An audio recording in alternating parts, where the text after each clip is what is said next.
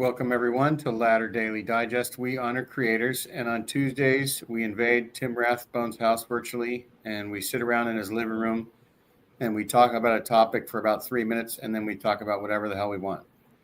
But tonight's episode is on interpreting dreams, and Megan is somehow a certified dream interpreter, and she'll be talking about those things pretty soon.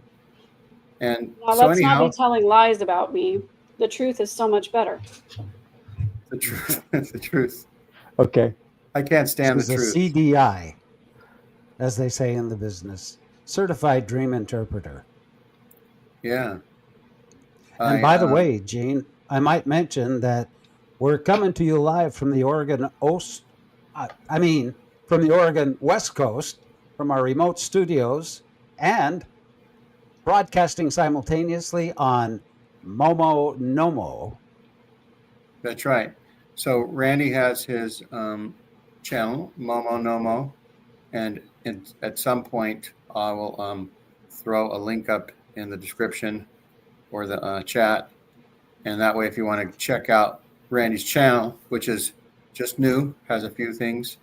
Why am I hearing? You're not hearing me? No, I'm hearing everything double. Probably because you have another tab open with the show on. That's just my guess. Or your phone. Is your phone on? Let me. I'm closing every YouTube. And so anyhow, one of my earliest dreams, I'll say, and we'll see if Megan can interpret it, is I was in my crib near the window of my bedroom, and we have a cemented culvert, like a creek that is cemented in so it doesn't wash away our backyards. And I guess I had recently seen maybe Pinocchio, and so I thought Monstro, or whoever that is, was. I had recently seen maybe Pinocchio, and so I thought Monstro was going to eat me, swim up the bay into my creek, and jump through my window somehow and gobble me up. And so I don't know what that meant, except for I was just afraid of monsters, I think, when I was young. And then somehow, when I was older, I thought about monsters, and I was just starting to think about the world is really big, and that monsters would rather eat a big city like San Francisco than my small town, San Leandro. And so that helped me for a little while, thinking that the monsters were, or atomic bombs, because that was always a threat, right, Randy and Tim, growing up? Yes, absolutely. Yeah. Still is a Third threat. World What War. do you mean? Yeah, Third World War. Yeah, after you see like the day after, remember that? Yep. Yeah, all those shows. And so I just figured, nobody cares about my little hometown, and we're never going to get invaded, so I could sleep peacefully. So I've slept pretty peacefully since then. You got to remember, even those small towns were the one, like the focus on like Red Dawn or something like that. It was Colorado. Yeah. Yeah. So maybe for a little while when I was 20, I was afraid again. Megan's either standing perfectly still with the wind continually blowing in the same direction, or her camera's off. I think it's her camera's off. Her camera's off. My camera is definitely off. How can we relate our dreams to you if we can't look you in the eye?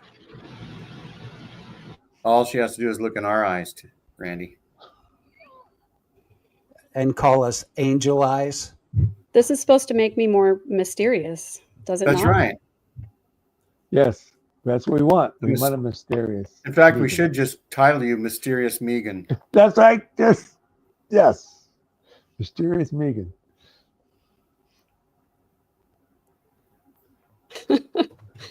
I'm just laughing. Sorry. At the fact that Gene is showing the comment that says we're almost ready to start. I think I'm almost ready. We're gathering our wits, which doesn't take long. speak for yourself. Well, when Randy said he was on, he almost said the east coast of Oregon. I was going to say, if you're on the east coast of Oregon, there's a really big problem. That's right. There Right. must have been a big earthquake. That was the other thing in California we were afraid of, is earthquakes. My dad was know. going to buy property in Nevada, and California was supposed to slide in the ocean, and then he was going to have beachfront property. Yep. Right. Right. We're on the second floor, so if the tsunami happens, we are okay. I I doubt that. I mean, just looking at after Galveston, Texas, when I responded out there, well, that was a Category 2 hurricane, and the floodwaters hit the second floor of the hospital there. Joshua fit the battles of Jericho. I remember seeing the commercials for Jericho, but I don't know if our family ever watched it or anything. Does anybody know what Jericho, the miniseries, was about?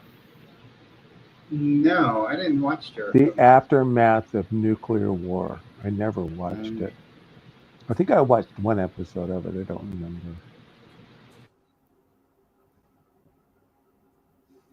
We are dreamy. Boy, you got us there.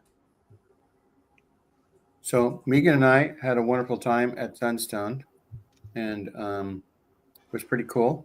We had a lot of interesting things happen.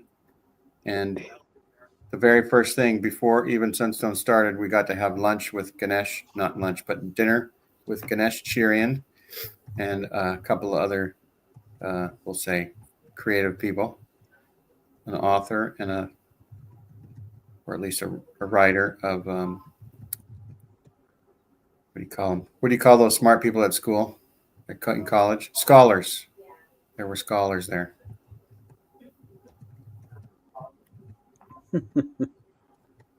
Yeah, and every hour that you were at Sunstone, I was not. Nor was I. That's right. And I think that I join in with Gene and Jules to say that we're a little bit green with envy, especially after seeing the pictures of all the fun you were having. Yep, it was fun. Oh, I guess Definitely next year. I can make one announcement. Tomorrow is my 42nd anniversary. Congratulations. It only seems like it was 41 years ago that we got married. And you're now entering into your 43rd year of marriage. So yeah, and Randy, my dad used to say something similar. He used to tell people things like, "Yep, we've been married 25 years, 12 of the happiest years of my life." Wow. Because relationships are hard. That was his philosophy, yes. Yeah. I tell people when they ask my age, tell them I'm 59 and counting.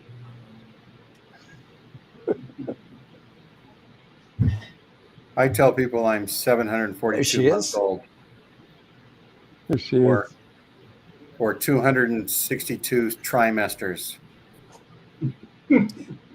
Always know best what's, to use months. You know what's weird is when you tell someone your phone number, if you really want to screw them up, like if you're on the phone and she says, "Do you have a callback number?" You say, "Yeah, it's area code 602-53-121-6784." I mean, you just totally do it out of sequence, or your social security number, and that just Right. they're like, wait, can you repeat that? Because That they're reminds used to me. copying it down in a sequence, a certain.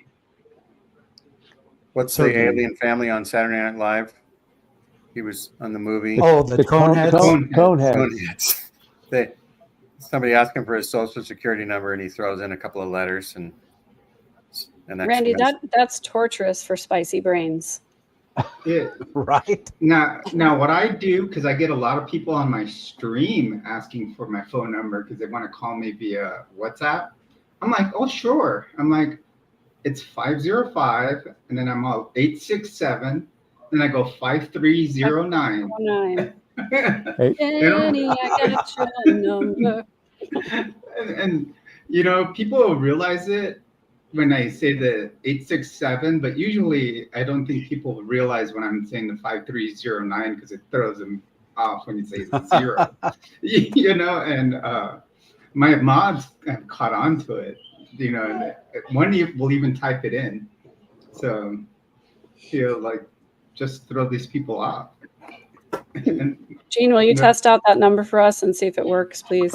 I want to know if that's Jules's real number. Yeah.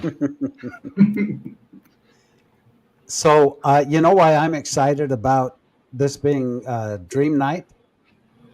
Is because of my dream last night.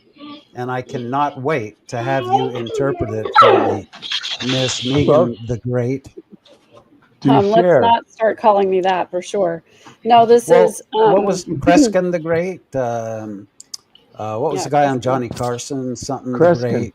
That's Kreskin. the great Kres- question. Yeah. Well, The great yeah, Kreskin. Kreskin the Great. But then there was, remember, he wore this, Johnny This wore one. this hat, and he'd hold the envelope up to his head and he'd give the answer Oh, before Karnak. the question. Oh, yeah. Karnak. Karnak the Great. Well, I will tell you my secret is that I belong to a site for fellow Jungian scholars.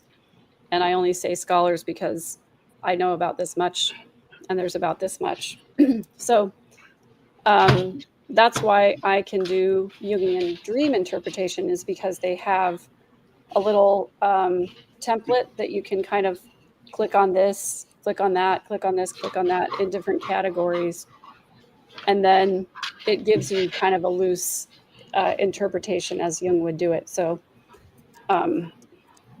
Gene, What do you do? I'm ready to hear your dream official. I heard a little bit of it, but I was making food for my daughter, so I need to hear the dream again. Oh, it was basically I was afraid that Monstero from Pinocchio was going to swim through the Golden Gate up my tiny little creek that connects to the bay and jump through my window and swallow me.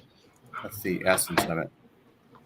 It could just be I was There's a a kid. myriad of people that would love to swim up your tiny little creek. That's right. We've got about 50 ducks through that creek sometimes. So anyway, Megan, do you interpret your own dreams sometime then? I do. I'm working on yours here. Give me a couple of minutes. Oh, you're flipping the switches? Yes. The magic is happening right before our very eyes. I'm like envisioning Mousetrap game right now with the ball rolling down and something going up and the bell ringing. And then what was the very end? Was it a man jumps or was a little plastic guy? Or was it the Yeah, a mouse? little plastic cage that drops down Cage drops on the mouse. on a mouse. All right, Gene, let me make sure I have this right. You were afraid that Monstero, who's the whale from Pinocchio, was going to swim under the Golden Gate Bridge and up your little stream next to your house and eat you. Yeah, swallow me. Okay. I mean, I was probably going to live there for, Oh, a certain okay. amount of time because I know that you can but build. was that part of your dream? Was you living inside the whale part of your dream? So like on one hand, I was not as afraid of it eating me because I knew that you could build a fire inside the whale as an escape route. Okay, that's some point. important.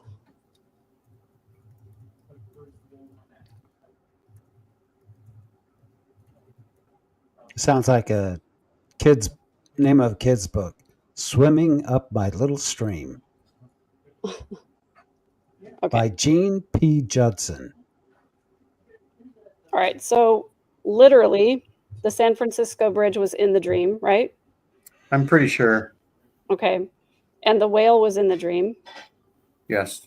And him swimming up the little river next to your house was in the dream. Yes. Okay. All very important. So anyway, it's going to take a minute or two for it to think about it. So while Megan's going through that, everybody can think of other dreams. Randy, you had a dream last night? Oh my gosh, did I? Well, I dream every night, but last night's was particularly interesting to me. But my dreams are like in full color, like watching a movie. And sometimes they're oh so realistic, as was last night's. Church of Corridor Horror has Okay. already interpreted the dream. Oh, really? Okay. No, it's Or at only least part of it. no. He's talking about the actual story. Or his interpretation of the actual story. Ah, interesting. Deep. Okay, are you ready? Are you ready, Gene? Ready? Okay. It's still kind of going, but I'll start with this part. Okay. So the whale, Monstro, represents the vast unconscious. So the self is thinking about, or like the self is like your highest self, like the best version of Gene is thinking of primordial depths, immense, mysterious, and potentially transformative. In myths like Jonah, it's a vessel for rebirth, the whale is. Tied to Pinocchio, Monstro evokes trials leading to authenticity. Pinocchio's journey from puppet to real boy mirrors individuation. And then the archetypal motif of being swallowed or eaten by the whale is a descent into the unconscious for integration. Into the unconscious for integration, facing the belly of the whale as a depressive or transformative state leading to renewal. It may symbolize engulfment by aging's quote unknown, like mortality or loss, yet with survival potential. The Golden Gate Bridge symbolizes the gateway of linking conscious to unconscious. It evokes interchange or bridging life phases. The stream next to your house represents personal invasion by the unconscious. So your unconscious coming into consciousness. Threatened by fluid, which represents emotional forces. Building a fire inside the whale is a creative adaptation. Fire symbolizes spirit, transformation, like Geppetto's escape in Pinocchio, suggesting that you have inner resources for rebirth. And the final theme is fear versus knowledge. Ambivalence compensates overly rational conscious views, urging acceptance of the unconscious.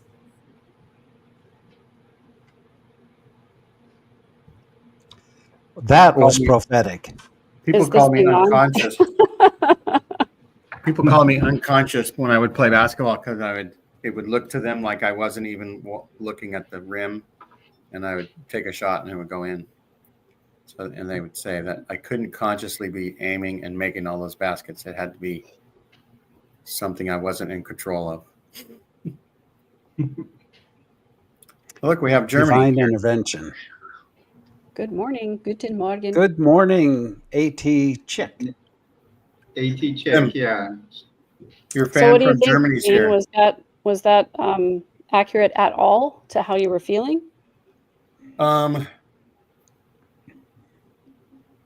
You know, it's hard to tell since I was young, right? Not Carl Jung, but Gene Jung. You were, the younger version of Gene. And so, but I think there were lots of things going on, in our family. I have 2 older brothers and 2 younger brothers, so there always was action and activity. Yeah.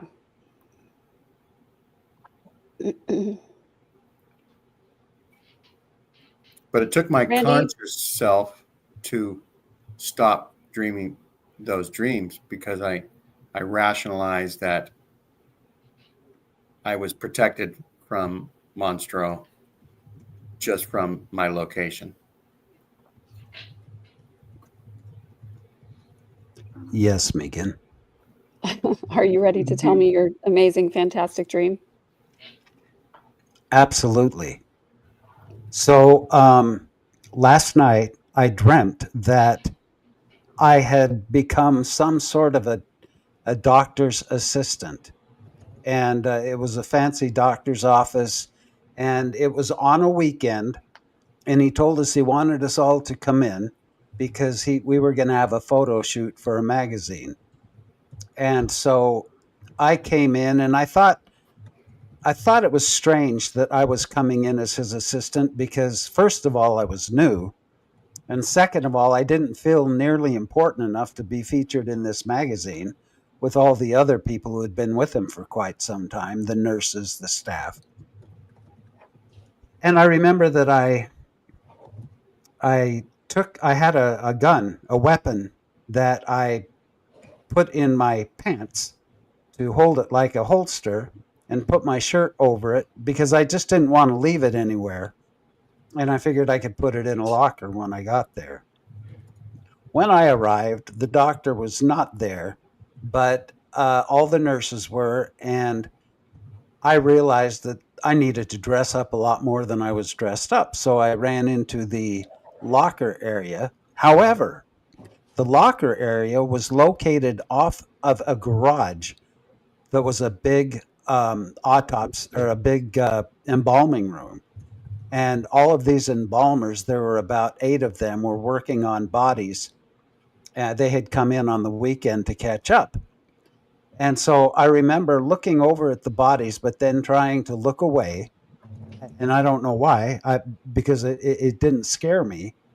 But I walked into the next room where several of the body parts were that either had to be sewn on, and there was a severed head there that they were working on the body, getting ready to reattach the head. And he looked up at me and he was trying to communicate with me. And, I tried to play it off casual and just kept walking by. And I walked into this locker area and realized I had no clothes to put on. So I'm looking for some type of an outfit that would fit me, that belonged to someone else. And this is kind of a recurring theme when I'm supposed to speak in church or do any other thing. I always don't have an outfit to wear. But in this particular dream, I couldn't find anything to wear, so I stayed really casual and walked out. And there was it was like an old Western town where they were snapping the photographs, and they were snapping everybody's photographs, and I was waiting for them to get to me. And I waited and waited, and they were doing this group of nurses and that group of nurses, and they never called my name to step up and get my photograph taken. And then while I was waiting, I woke up. Okay. That's very detailed. I like it. That's rare. Did you know that? Did I know that it's rare? Yeah. No. But please, Mr. Ferrowman, tell me my dream. You need the card. Okay, so first I want to make sure that I have this all correct, okay? Last night you dreamt you were a doctor's assistant. The dream took place on a weekend, and the doctor told everyone in the office to come in for a photo shoot for a magazine. Do I have that right so far? They to come in over the weekend because there was going to be a photo shoot. Okay. For a magazine. Sounds like time and a half is what you're thinking of. Right? Yeah. So, Randy, in this dream, you were new to the office and you didn't think you were important enough to be featured in the magazine, especially over other employees that had been there longer. I had not been there very long. Yes, correct. Exactly. Okay. And then you had a gun or some other kind of weapon, and you decided to put it in your pants and then put your shirt over it because you didn't want to leave it somewhere. Correct. Okay. And then you thought that you were not dressed as formally as you should be because all the nurses and doctors were there. You felt like you needed to dress up. Is that right so far? Yes, ma'am. Okay. And then the scene changed and you were in an embalming room. Is that how that Well, happened? I was on my way to the locker area, but I had to pass through this garage Oh, okay. where I looked to my right and saw all these embalmers working on corpses, and I had to walk into this area where they had all the body parts and things that they needed to attach, and then Okay. on into the locker room. But I passed the severed head, who was eyes were open and its mouth was moving, trying to communicate with me. Okay, so I got that. And then you said you ignored the head and you kept walking, and Yes. that you were unable to find anything in your locker to wear. That's So right. you stayed in your casual clothes and you walked out onto what looked like a little western town, like the Old West.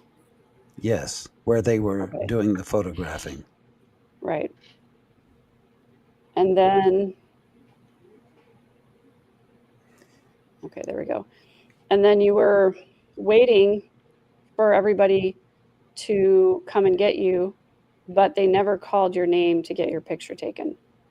I was standing on the street watching everyone else, all the other groups get their pictures taken, the nurses and things. Hmm. And yeah, waiting for them to call my name, but they called it not.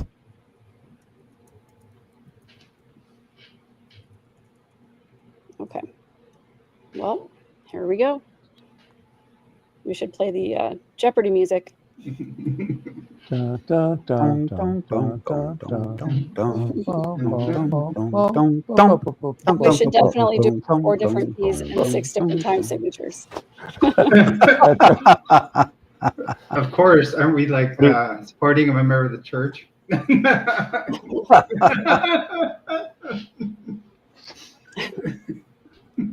I thought we sounded kind of like the Motab choir. Maybe at some point, yeah.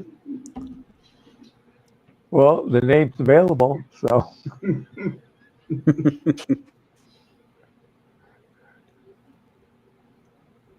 Hi, songs. reanimator. I could say we're all a little late too. Yeah, we are. It's okay. You're here. That's all that counts, songs.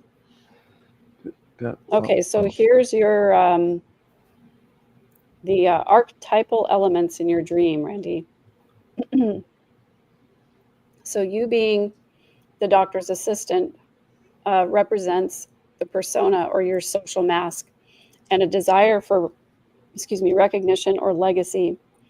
Being, quote, new and not as important as others evokes feelings of exclusion, compensating for possible waking life undervaluation. The weekend photo shoot for a magazine symbolizes public image or immortalization through capture. But your wait in vain, meaning like you were waiting for them to take your picture and they never did, highlights unacknowledged contributions. The gun or the weapon hidden in your pants with your t-shirt over it is a symbol of aggression or the animus, which is the inner masculine, which is often tied to the shadow, which are those repressed urges or protective instincts. Hiding it suggests fear of revealing assertive or destructive potentials, perhaps linked to reflections on unlived strength. Interesting. I'll be interested to see how accurate this is for you. The embalming room and dead bodies are the archetypal confrontation with mortality and the blackness phase of alchemy, or the nigredo, which is decay leading to transformation. These symbolize, quote unquote, dead aspects of the psyche needing preservation or revival, and it's common in dreams preparing for life's end. The severed head trying to talk to you Dismemberment motifs represent psychic fragmentation. The head or the intellect or ego detached from the body, which is the instinct and emotion, urges integration. Ignoring it symbolizes avoidance of unconscious wisdom, perhaps your rational side severed from deeper feelings. Wow, that's interesting. Wow. Inability to find clothes in the locker area is a quest for a suitable persona. Or persona is like the face you show to the world. Undressing and dressing themes tied to vulnerability or identity shifts.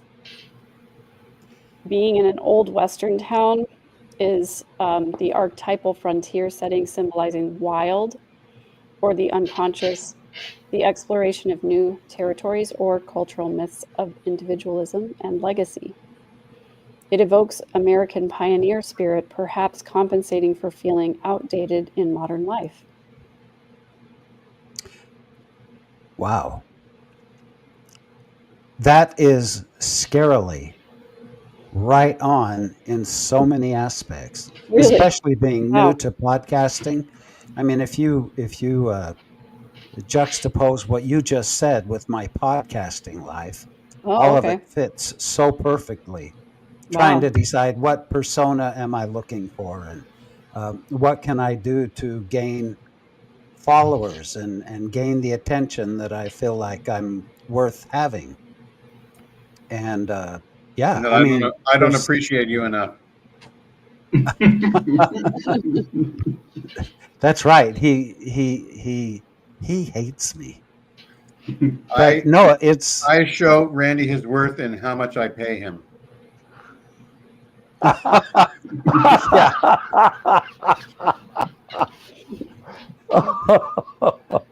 Kapow. Kapow. I gotta have more cowbell. Yeah, you know what? That really is insightful, whatever you're doing there, because it just goes right down the line of everything that I've been experiencing emotionally, and trying to figure out where is my niche in all of this. Where do I fit in the podcast world? So that's Yeah. really good. Yeah, and just so that you know, I didn't put any personal details in there.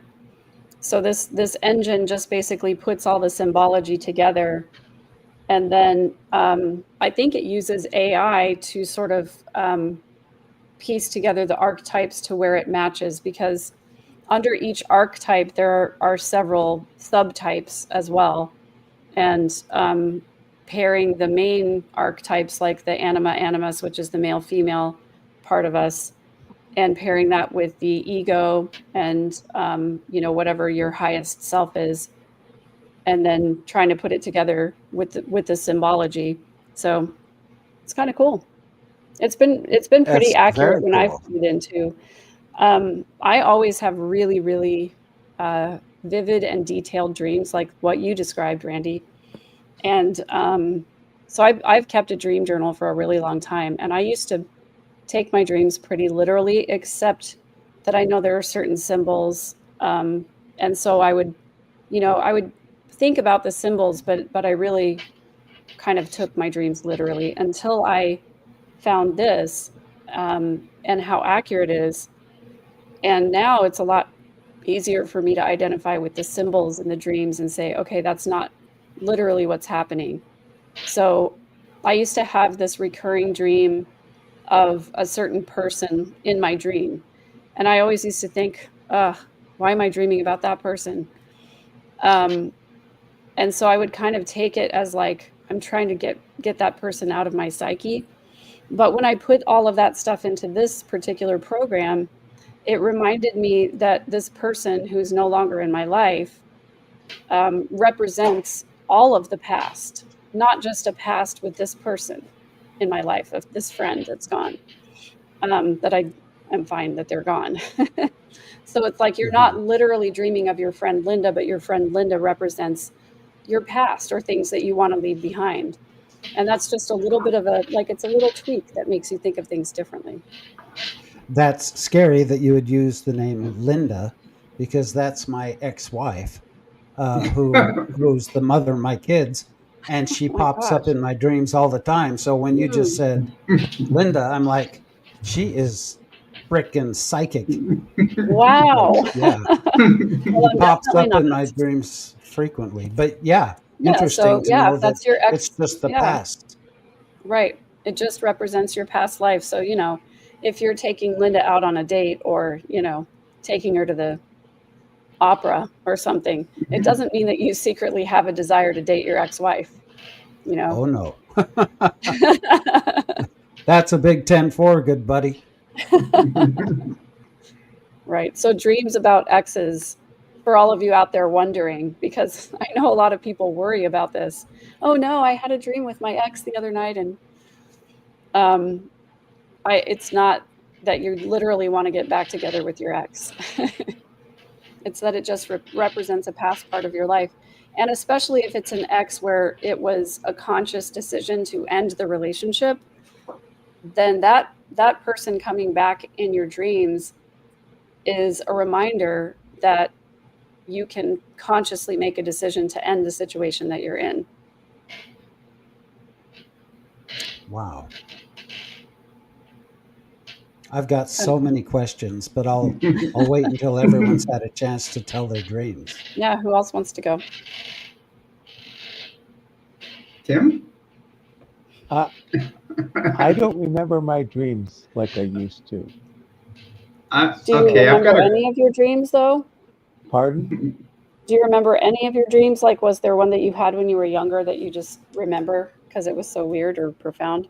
Well, the one about the man in the moon, that, Hmm. and that the moon was trying to talk to me. Um, Is that all you remember?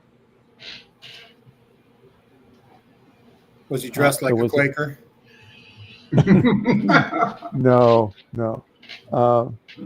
Yeah, that's all I remember.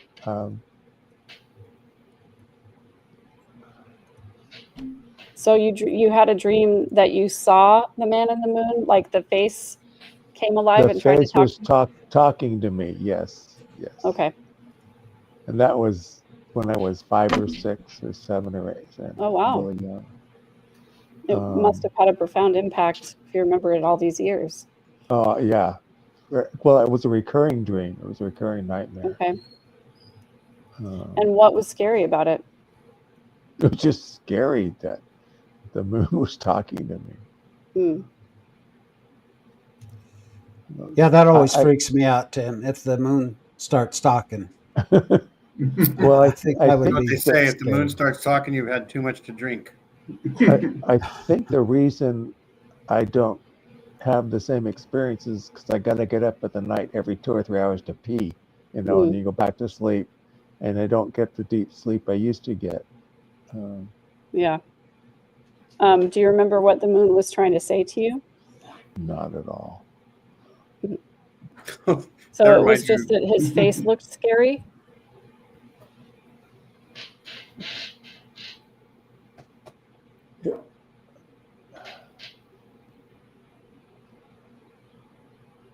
I don't.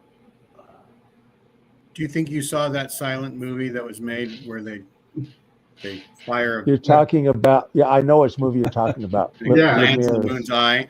Fire the Yeah. rocket into The its head. rocket. Yes. No, I don't think I'd seen that yet.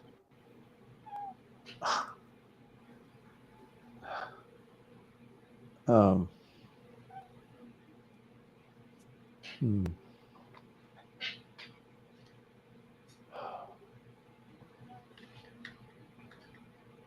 I can't remember. I don't remember any more than that. Okay, well, let's see what we can get out of this. There's always symbology, even if it's just a little. Well, there was another one. Well, like when we had a bunk bed, and I was in the top bunk, and okay. This guy Jerry ran the gas station at Santa Monica Airport, And he was a B-17 pilot, and he got blown out of his airplane during the war, and he landed in an apple tree, and the soldier walks up to them and says, "How do you like them apples?" Well, that night or a couple of nights later, I had a dream that I was flying in an airplane and then I got blown out and I fell off the top bunk and I cut my chin right here and bled all over the place and had to go Oh to the my gosh. hospital. Oh my gosh. I know. How do you like them apples, Tim? My mother took me to Santa Monica Hospital emergency rooms quite a few times growing up. Probably 3 or 4 times, a time here and a time here, a couple times here. Yeah. Let me see. Okay, Tim. So the moon symbolizes the unconscious. It's your Yeah. intuition and cycles of life and death, and reflective light illuminating hidden aspects of your personality. The face represents the persona, or that social mask that we like, our public face, or emerging self-awareness, which would not be uncommon for a child to have that. Right. Self-confrontation or revelation of true identity. The moon transforming into a face personifies the impersonal moon as intimate, suggesting an archetype awakening, which again, for kids, that would be pretty normal. The trying to talk to you indicates intervention from the unconscious, like a voice delivering guidance. Talking figures usually symbolize untapped wisdom seeking expression. And then you being afraid of it reflects a resistance to the shadow or to the unknown. And nightmares usually invoke fear to confront repressed elements, fostering growth through anxiety, which don't ask me how that works, because that doesn't seem like a good way to grow. But it is a way to grow. What doesn't kill you makes you Anxiety, stronger. growing through anxiety. I mean, if it's saying growing through anxiety to something else, then yes. Right. Right. Wow. Okay. That makes a lot of sense. Yeah. Let's see if I can remember. Jules, you go. I can't. Okay, I've got It's one really from my difficult for me to I've got remember one dreams anymore. from back in my 20s. Okay. But once I started driving, I really got into cars. Really, mainly trucks. And that was my first vehicle, and I got a pickup truck. I did lift it, but it was a 2-wheel drive. It was lifted, and there was another guy that had the same style, and he lifted it very tall, but it was still 2-wheel drive. When we would go to car shows, though, they would still put them in the class for a 2-wheel drive, and then mine was a 2-wheel drive. And most of the time, he won first, most of the time, and then other times maybe I would take first, but most of the time I was coming in second. And you know, we'd do car shows just about every week. And there was this one big car show they were going to do at the Del Mar racetrack there in San Diego. And I remember after he had just done a bunch of suspension work to his vehicle, his truck was white. And for some reason, I had a dream that that weekend, he was going to show up with his truck, and it was going to be black. And also, in the dream continuing, I also saw part of the dream where his truck fell over on its side.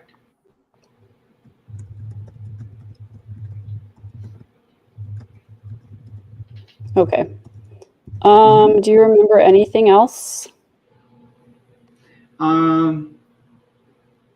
Let's see, because I remember, I mean, me and him were pretty good friends, but I just remember pretty much a lot of just that from, I had the dream, remember or the truck the week before I saw it white, and I had this dream about it being black all of a sudden.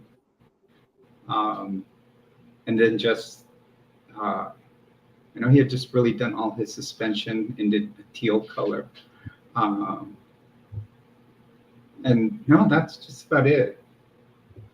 Okay. Do you remember anything about how you felt?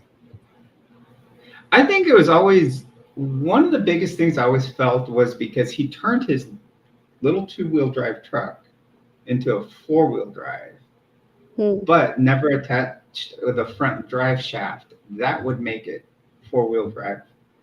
I thought it was a little unfair that he was being put in 2-wheel drive class for that. I see. Because his was like that much taller.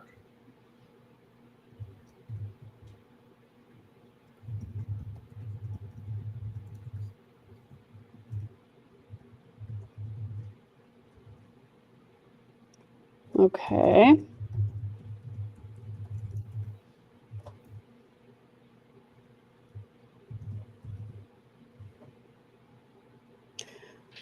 It's thinking. I want to link to that thing. I want to. Yeah, you After I can hear- go down some serious rabbit holes with it, that's for sure.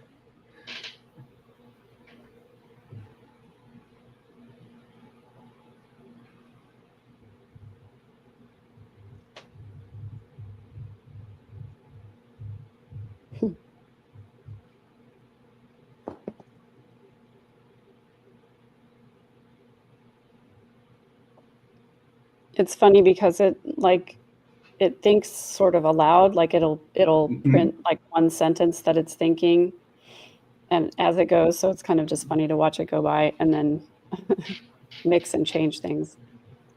Yeah, we've got someone saying here, Stephen saying uncomfortable silence, or like my daughter always says, awkward silence. Breaks When the they're awkward silence by saying awkward silence. All right, You Stephen. say, Steve, before you go, tell us any of your dreams and leave them in the chat. Yes, you guys in the Identify chat. later. Yeah, leave your dreams. Yeah, I think one of my subs put one in there. Noxon. Yes. Okay, so it says trucks and vehicles symbolize the ego's journey or your direction in life, your social persona, or drive towards goals. Lifted trucks evoke exaggerated power or instability, perhaps overcompensation for perceived vulnerabilities. The other guy's truck is the archetype of the rival. It could embody the shadow or your repressed self, or an animus projection, masculine energy that is admired yet flawed. And then the truck shift from white in reality to black in the dream. White often signifies conscious purity or visibility.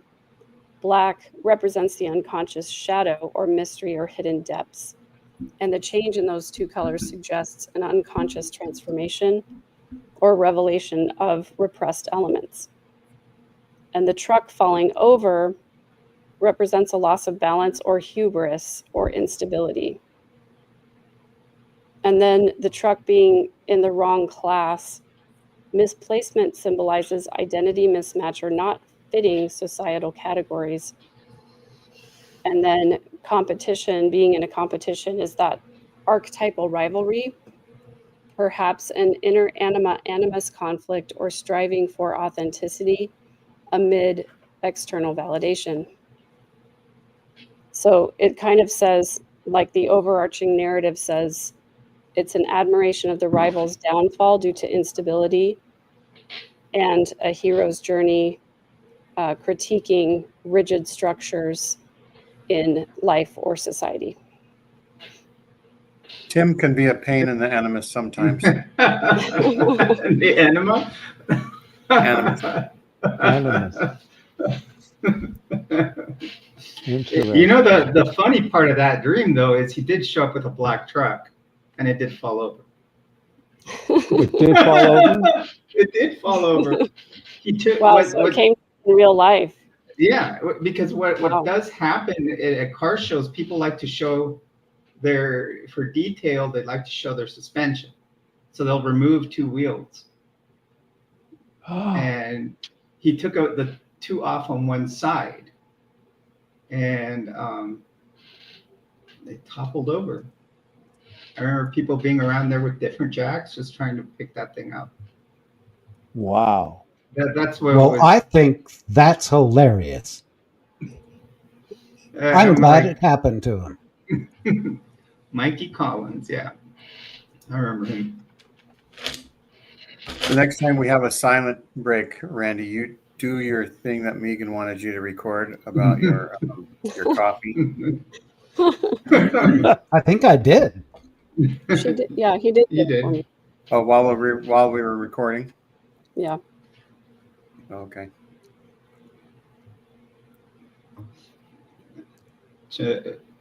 Well, we have.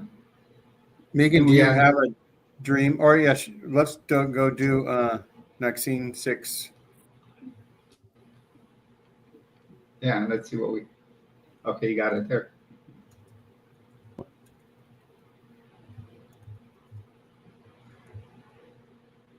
Where did you pull This is that what- from, Gene? Which up a little ways. Oh, it's from Jules' channel. Yeah, Okay. yeah. This is one of my setups. I have it linked to my stream. Okay. So, that's where AT Chick is on my stream, but I actually met her on Church of Korhor, and Noxon is on my stream. So Megan, tell me when you're done with this part, and there's one little extra part after. Okay, one sec.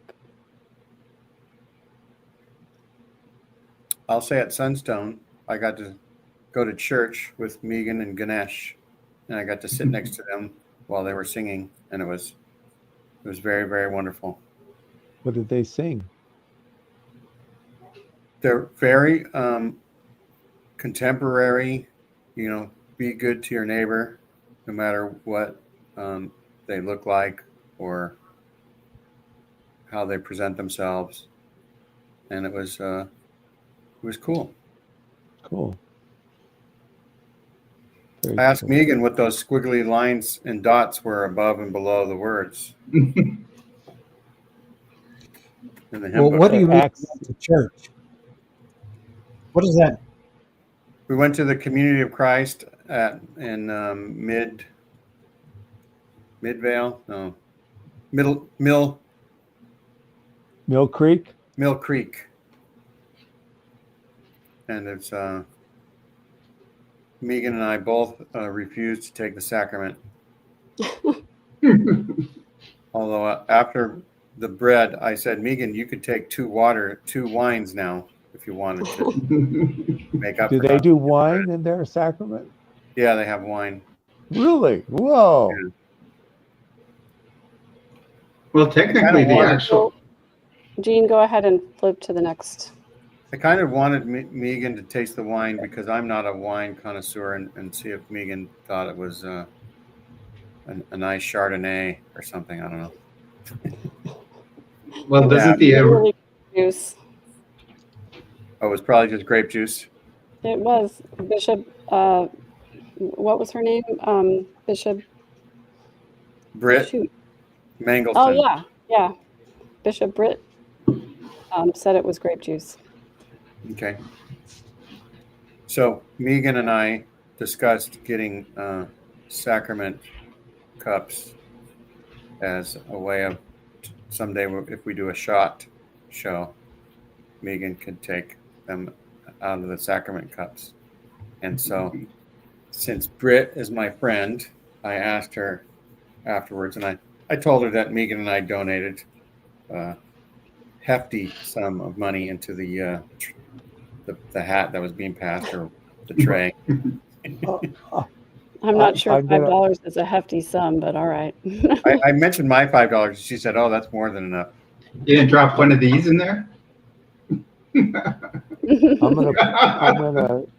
I'm gonna do a shout out to Lila, I got Lila's book yesterday.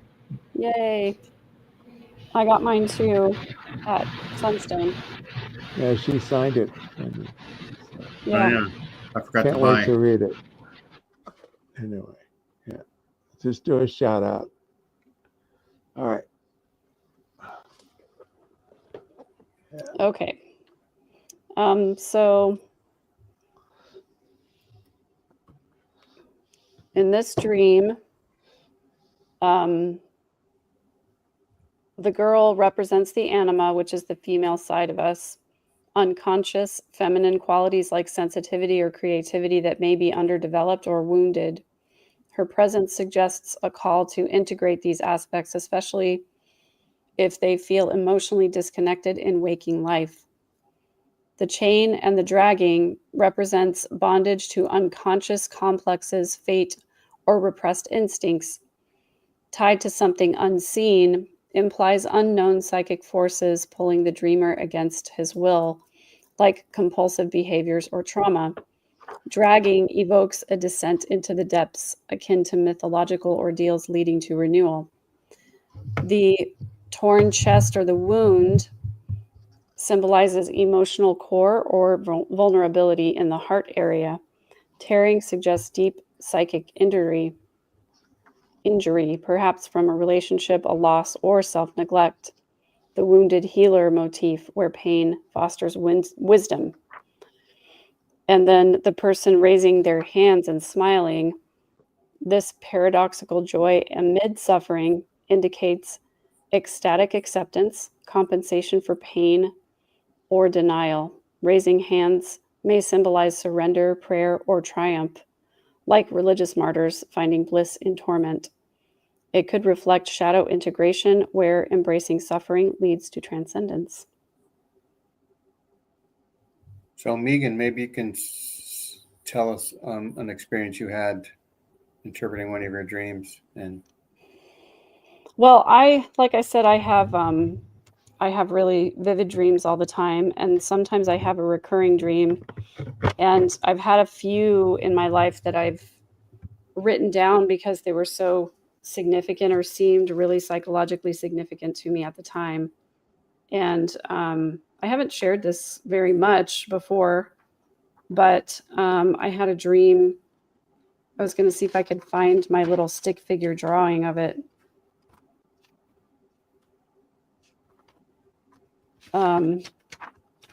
But I had a dream that I was down near the coastline with my son, and he was very young at the time. And the water started coming up, and there was a chain link fence behind us. Is that it? Nope. Maybe this is the wrong. I think this is the wrong journal that I grabbed. Sorry, guys. Anyway, there was a chain link fence behind us, and the water was coming up in front of us. And the water came all the way up to the fence. And it was sort of impossible because obviously a chain link fence, water's not going to be stopped by it. But in the dream, the water came all the way to the top of the fence, but it didn't go through the fence. And then right after that, the water kind of receded. And I was watching like all of these childhood toys and things that belonged to my son get washed out when the wave went back out. And when I had finished watching them kind of drift away and thinking, oh man, I'm going to have to replace all those toys. And I looked down the shoreline and I could see my son. And right behind him was a gigantic, like 12-foot long alligator. And I knew that there was no way that I could get to him before the alligator got him. But I started running anyway. And just as I started running, the alligator caught him by the heel and started dragging him away. And I went over there and I reached my hand out to him to try to grab him away from the alligator. And somehow the alligator just dropped his heel and went back into the water. And I heard this voice say, I will bring him to the very edge of death, but no farther. So that got my attention. Wow. That's really profound. Yeah. So I wrote all this down, and I drew a picture of it so I wouldn't forget it, because it was one of those dreams that I woke up and it was like the heaviness of it. I could feel it like sitting on my chest, and I knew it had to be important, and I didn't want to forget it. So, I've had enough dreams like that be somewhat premonitory or prophetic, if you want to call it that, where I'll have a dream and then the thing happens very similarly. And so I started changing my behavior based on this dream, actually. I started being much more diligent, like with my son's car seat, making sure it was really buckled and really tight. Well, both of my kids who were in car seats at the time. And I remember being more careful to like cut up all my kids' food so that they wouldn't choke on things. And, being more diligent about like taking their temperature right away when they were feeling sick or whatever. So yada, yada, yada. 4 or 5 years pass. And I think I had the dream twice in that time period, or something similar to it at least. And we were at the pediatrician getting my son his physical. And this was, again, like probably 5 years after I had this dream. And, he was pretty much okay, but he'd been like really lethargic lately. I was kind of worried about that. And it also seemed like he had to urinate all the time, especially when he had, anything that was soda or juice related. So anyway, we're here at the doctor's office, and he's got this really bad sore throat, and he's been really, really tired, and he's, super thirsty because the water isn't helping his sore throat. So the doctor swabs him for strep throat, takes his temperature. No, he doesn't have strep throat, doesn't have a temperature. We go through this whole thing, and the doctor's about to say, well, if it gets worse, why don't you give me a call and let me know? And I said, you know what, just humor me and test his blood sugar.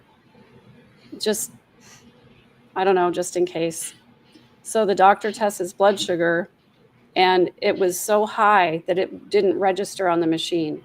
The machine stops at 650. I was going to say over 600. Yeah. And so it just was flashing high, high, high.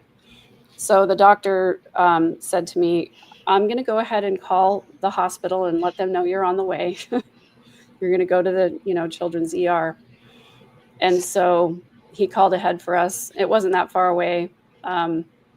We got there, they started, testing him and doing all the regular stuff that they do, and got him into a room right away, got him IV fluids right away.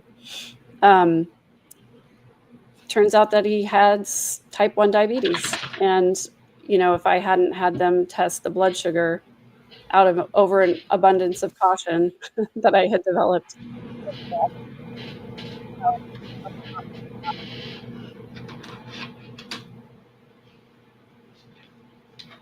Wow. Yeah, right when you started saying that he was dry and warm, it's warm and dry, sugar's high. Yeah. Yeah, cool and clammy, needs some candy. Yeah, and it was weird because I was like, we don't have anybody closely genetically related to us that has type 1 diabetes. So it's not like there was a family history of it or anything, but two of my cousins had it. And my grandfather had type 2, as well as my aunt. So I knew some of the signs, and it just didn't sit right. I was like, I really don't think sore throat is his main symptom. Like that was not, I was like, that's not what we're worried about here. That's such a blessing that you were vigilant because of that dream. Yeah. Yeah. I wanted to ask you, and by the way, Tim, if you're going to read Lila's book, Lula's Bike, you'll want to read the part by Randy C. Watts. You can forget all the other stuff. Because she had me contribute to her book. But anyway, I don't know if you've ever experienced this or not, any of you, but I frequently have dreams where my kids are small again because they're grown now, but Yeah. I take them places and they're little again. Like Garrett's just a toddler, and the respective ages go on up, and it's almost heartbreaking to me because I feel like if only I could have that second chance, Mm. if I could raise them again and maybe do a better job. But is that a common dream? Has anyone ever experienced that before? Yes, I I have that have. all the time. Yeah. I have. Yeah. Yeah. Yeah. Especially my youngest daughter. My youngest daughter is 15 right now. She's almost 16. And she almost always appears in my dreams as 3 or 4 years old. That's that's it kind of makes me sad that I don't have any babies anymore. Yeah. Um, well, that's not true because now I have Amanda's daughter, and when she became part of my family, she was 4, and now she's 11, going on 12, and I kind of feel like that's a little bit of a second chance for me to adjust my temperament and not being so TBM, not being TBM at all, and how much Yeah. smoother things go when I'm not. But I also dream a lot about like my teeth will drop out. Like I'll feel a loose Yeah. tooth, and Hmm. I start losing my teeth, or I'm losing fingers. I'm somehow getting them cut off, and I don't know what that's all about. Yeah. Okay. I So think the kid teeth one falling out first. is okay. No, go ahead. Well, the teeth falling out, I have that occasionally too. Yeah. Yeah, that one's pretty common. If I remember correctly, and I'll look it up for sure just right after this, but if I remember correctly, teeth falling out symbolizes like a loss of control. So I'll look it up in a second. But I was going to say about the child, adult children appearing young may represent the dreamer's own inner child, the vulnerable, playful, or wounded part of themselves projected onto their offspring. This suggests unresolved emotional needs or past experiences that the dreamer associates with their child's early years. For example, seeing a child as small might reflect nostalgia, regret for lost time, or a desire to nurture aspects of oneself neglected in adulthood. That makes sense. Randy, you Yeah. had kind of a tough childhood with your bad dad being sort of physically abusive. Yeah, yeah, I sure did. And yeah, that's exactly right. So, Megan, you mentioned that from your one dream that you were a little bit more vigilant and take care of your children and stuff like Yeah. that. What other things do people do with the information that they get from these dream interpretation? Mostly Jungian dream interpretation is really about figuring out yourself and your own psyche. It is meant to tell you through symbology what you're not just what you're thinking about, but really what you need to do. And so that's kind of what I like about it is that it's like, well, this symbolizes something that you're trying to leave, behind a bad habit or something like that. So then you can take that information forward and say, okay, well, if the universe is trying to bring this out of my subconscious, I'm already kind of thinking about it. But Jung posited that that's why we have dreams. It gives our subconscious a chance to speak, sort of, to air out what it wants you to know or to hear or to feel. So what I like about it is that, I look at it as an opportunity to learn something from my subconscious, something that I probably already know, but I haven't integrated it into my thinking yet. My issue is a lot of the dreams I have are symbolic. Are prophetic. And that's a problem because Let me know. Let me know, Tim, when you dream you're a millionaire, and then I'll be nicer to you. Well, because it's scary at some terms. Like I have premonitions and I know something's going to happen, but it could be years away before it happens, or it could happen within a week or two.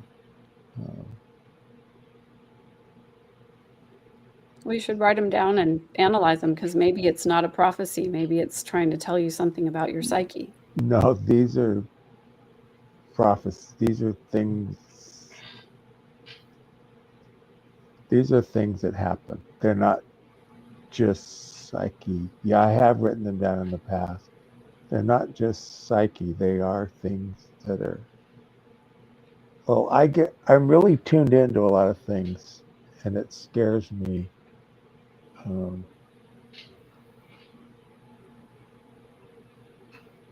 How to articulate it, but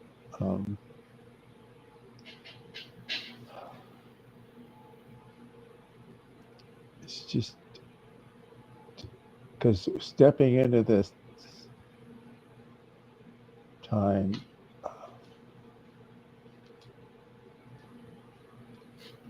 it just can be troubling, I guess is the word. Maybe not scary, but troubling. Yeah.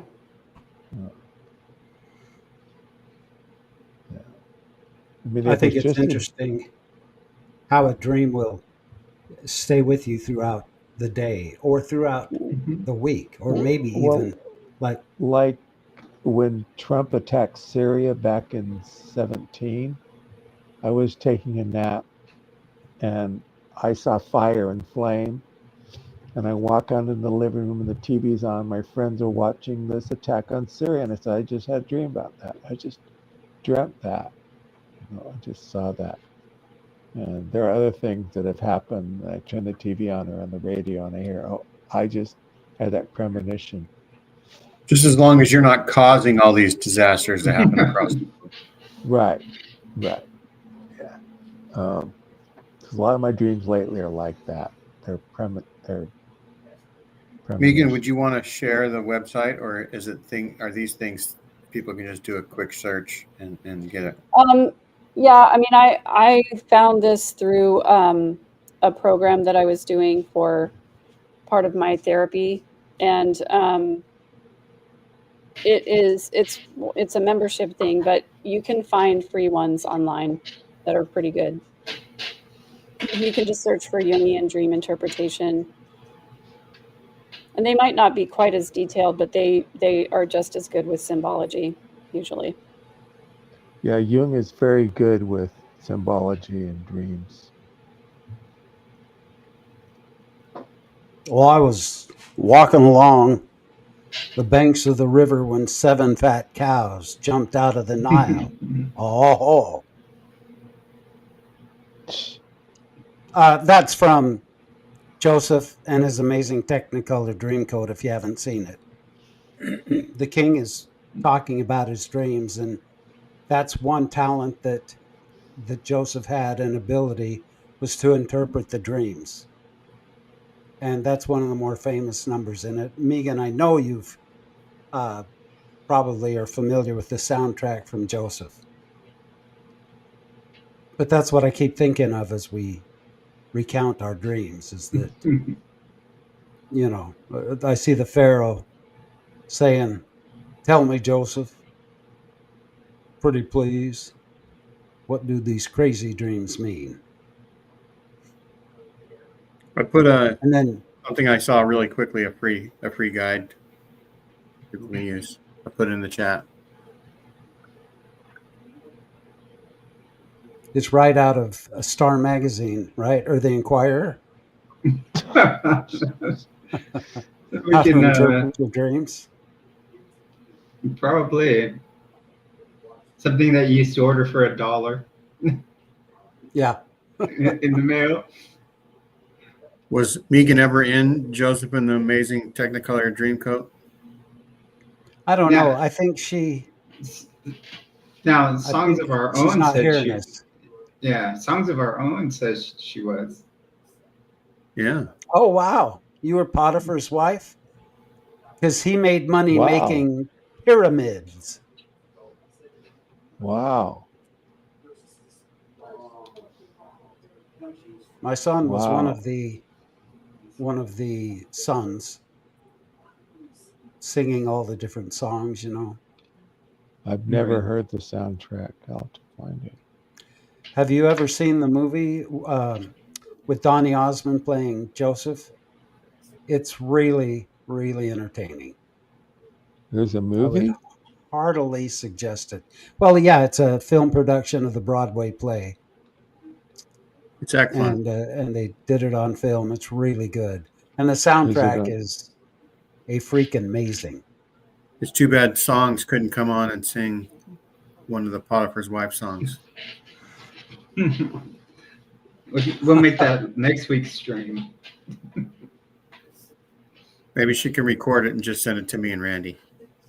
I'm trying to think if Potiphar's wife had any musical numbers. Did they songs? Did she? I don't think that Potiphar's.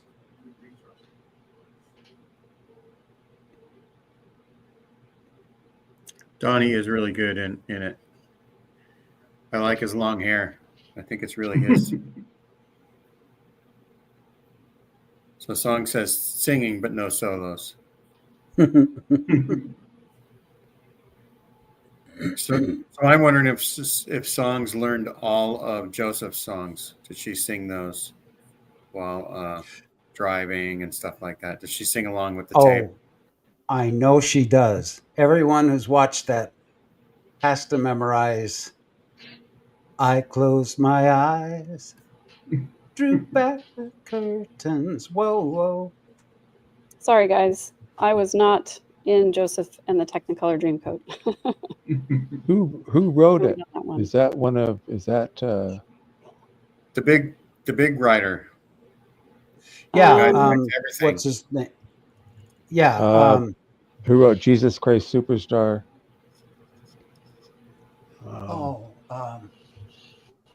Tim Rice. Well, no, that's not Andrew who Lloyd did Webber Joseph, and Tim though. Rice. Andrew Lloyd Webber. That's what I was. Andrew Tim Lloyd Rice Webber. was the Trying to think of. lyricist, and Andrew Lloyd Webber was the musician, obviously. They were a good collaboration. Oh, I'll have to find it. Never seen it. I didn't know it was a. Almost like what's his name? Benny and the Jets.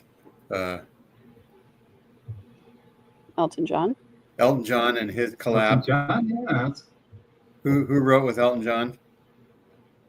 That was kind of like the quiet. I can't remember off the top of my head. Oh.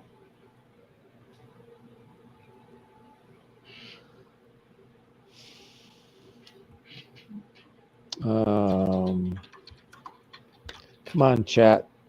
Who wrote with John? Who? So, right on the tip of my tongue.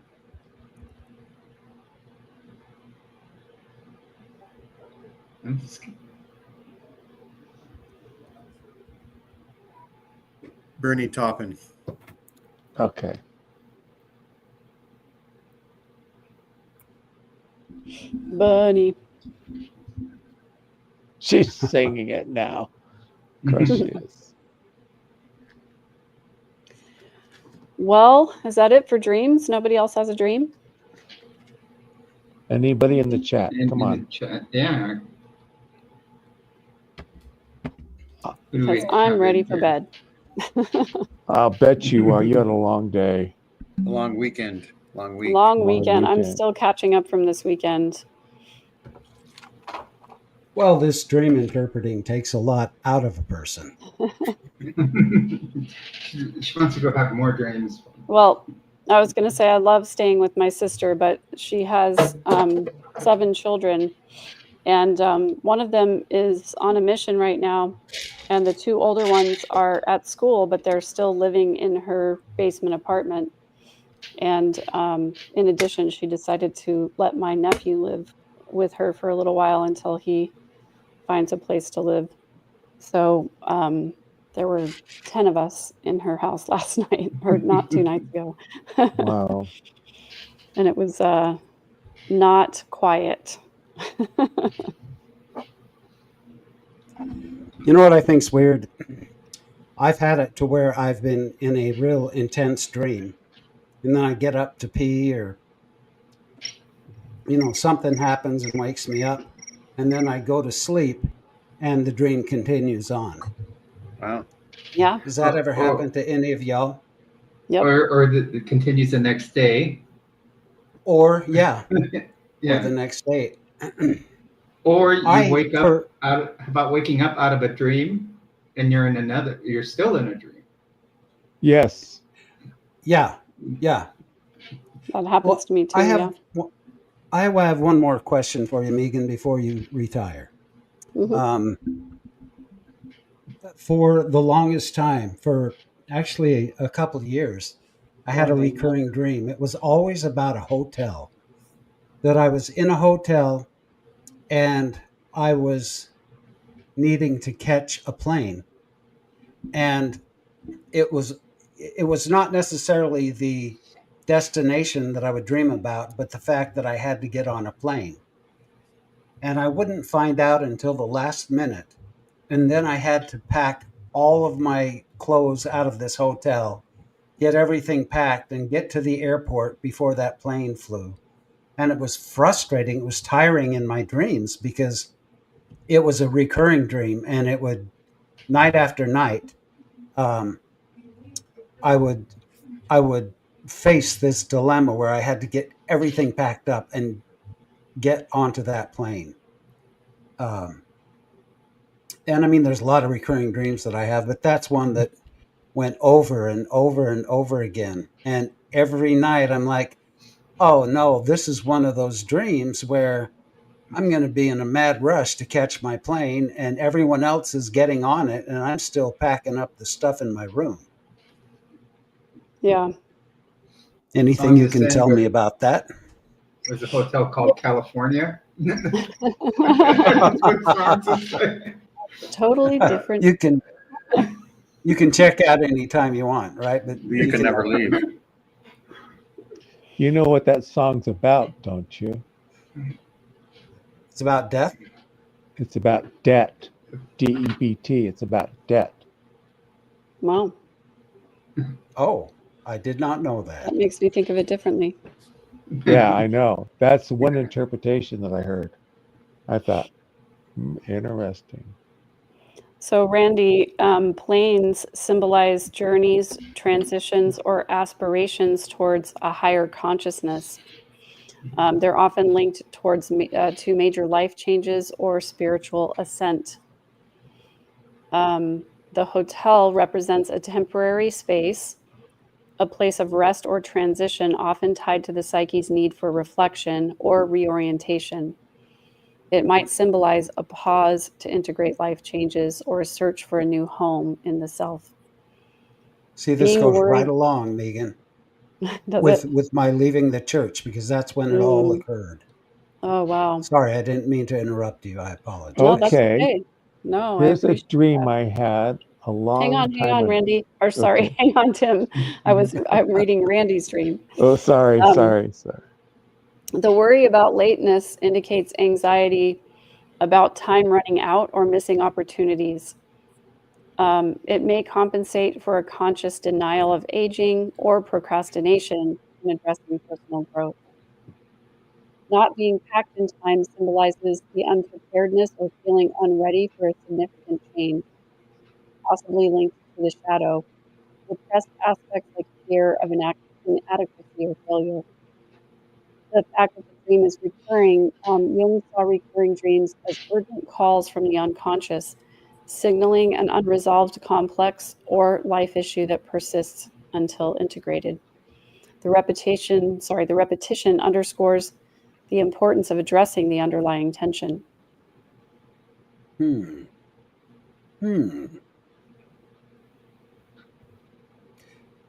Interesting. I think that I seriously think that ties into my faith transition, Hmm. the deconstruction. Yeah, that would make sense. Tim, you said you had another dream. Well, okay. I've talked about it before. I'm in the church with my daughter, Sarah, and as we're in the building transforms into a different building. It morphs into a whole different shape. And as we're leaving, it's changing. And then once we get outside, we look at it and it doesn't even look like an LDS chapel anymore. Mhm. Yeah. Yeah.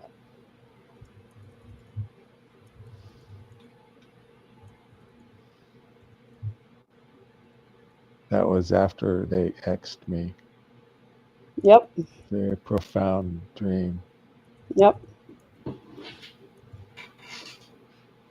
Yeah.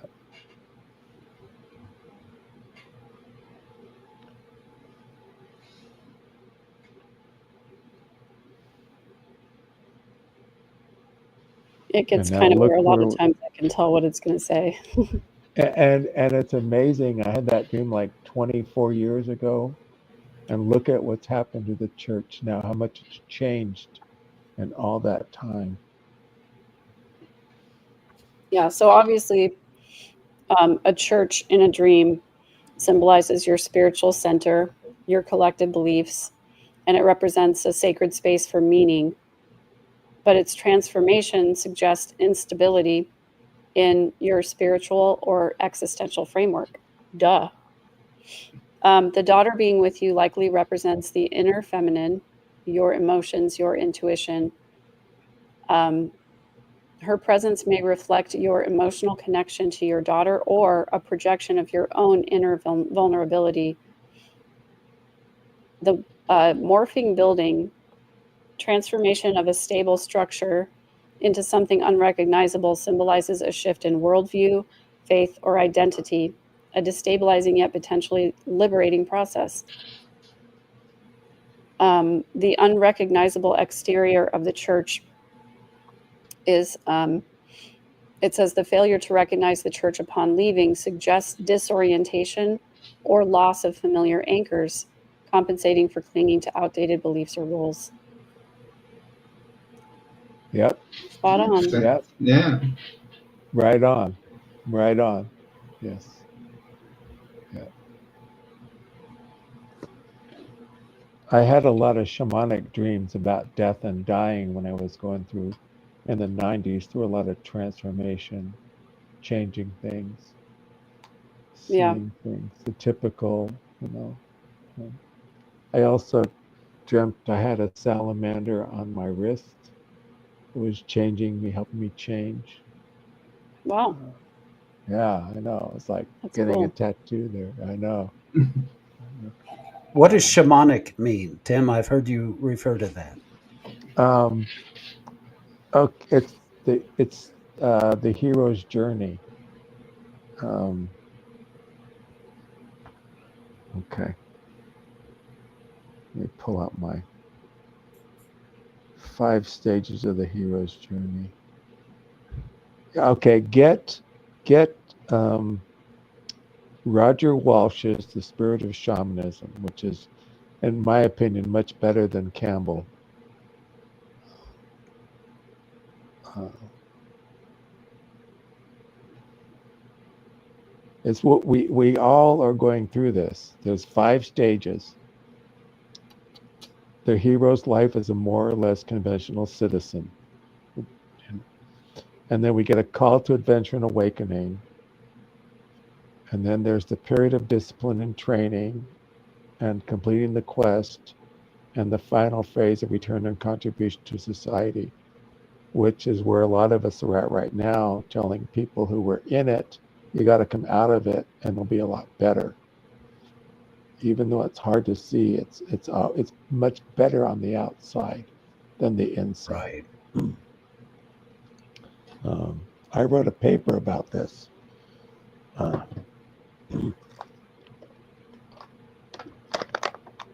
Maybe I'll put it in our group chat called Joseph Smith and the Hero's Journey. And I took each one of those and broke it down and showed how in Joseph's life followed this, or at least how it's portrayed in the history of the church. That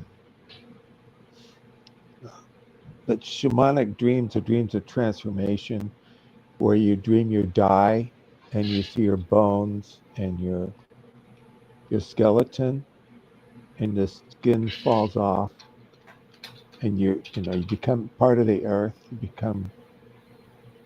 You decay and literally become part of the earth, and then you're resurrected. You rebuild yourself. You're rebuilding yourself and your soul, and your identity, and rising up out of it.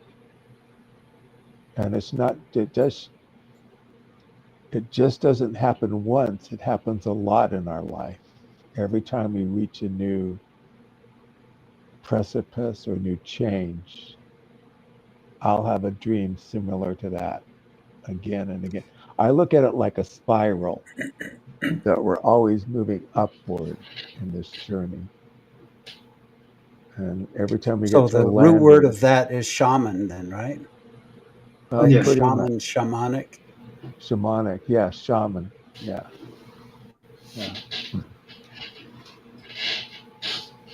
Joseph Smith was a shaman in many ways. There's a lot of shamans in the Book of Mormon. I gotta tell Ganesh that. That interview you did with him today really blew me away at a few points. But Yes, yeah. Megan did a great job interviewing Ganesh today. Ganesh, yeah. Thank you. Head over to that. Megan's channel for that. Well, when he said that the Amish were like the 500 sons of Helaman, I went, oh, Stripling. I never connected that. And I always knew that there was a connection between the War of 1812 and Joseph. And people kept on telling me, no, there wasn't. But I said the war happened near him, so how could he not have known about it? So, Near him in time. Near him in time. That's right. Right. So, yeah. Songs testifies that Megan's interview today was great. It was top notch. I mean, it was really top notch.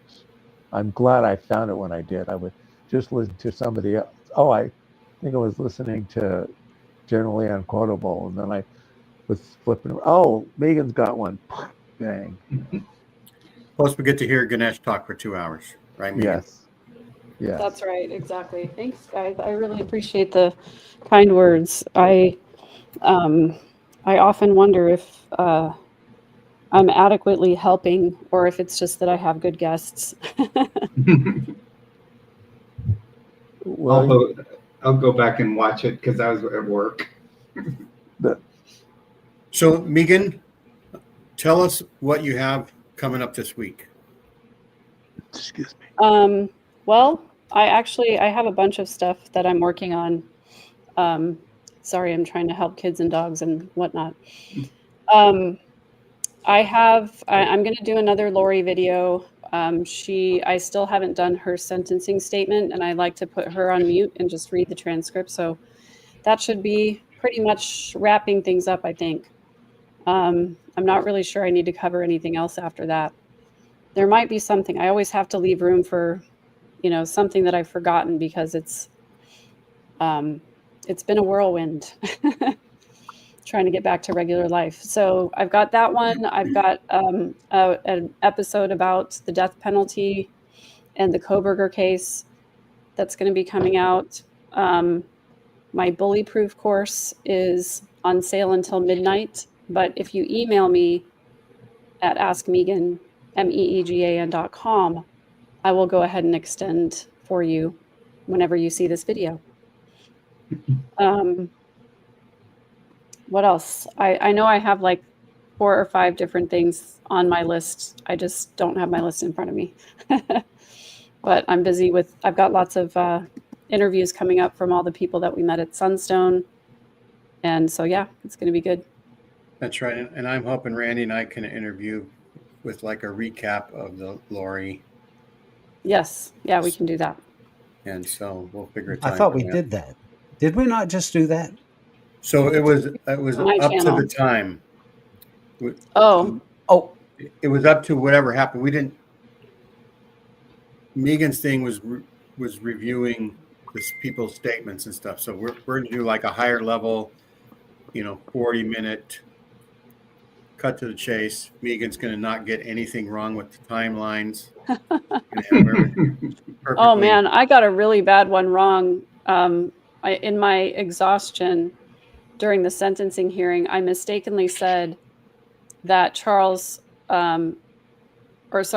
that Joe Ryan was Colby's biological dad.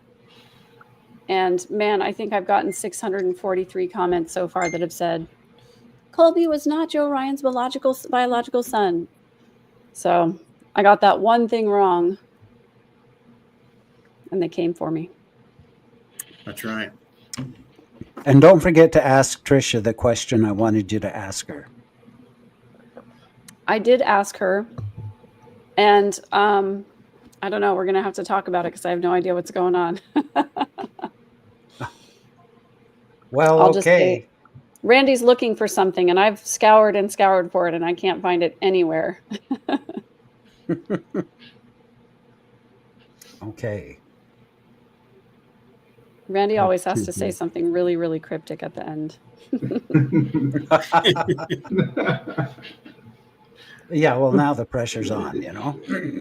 Oh, no, I guess I've said it. I've already said it. Yeah. My crypticism is well and good. There you go. Well, so I've linked in the chat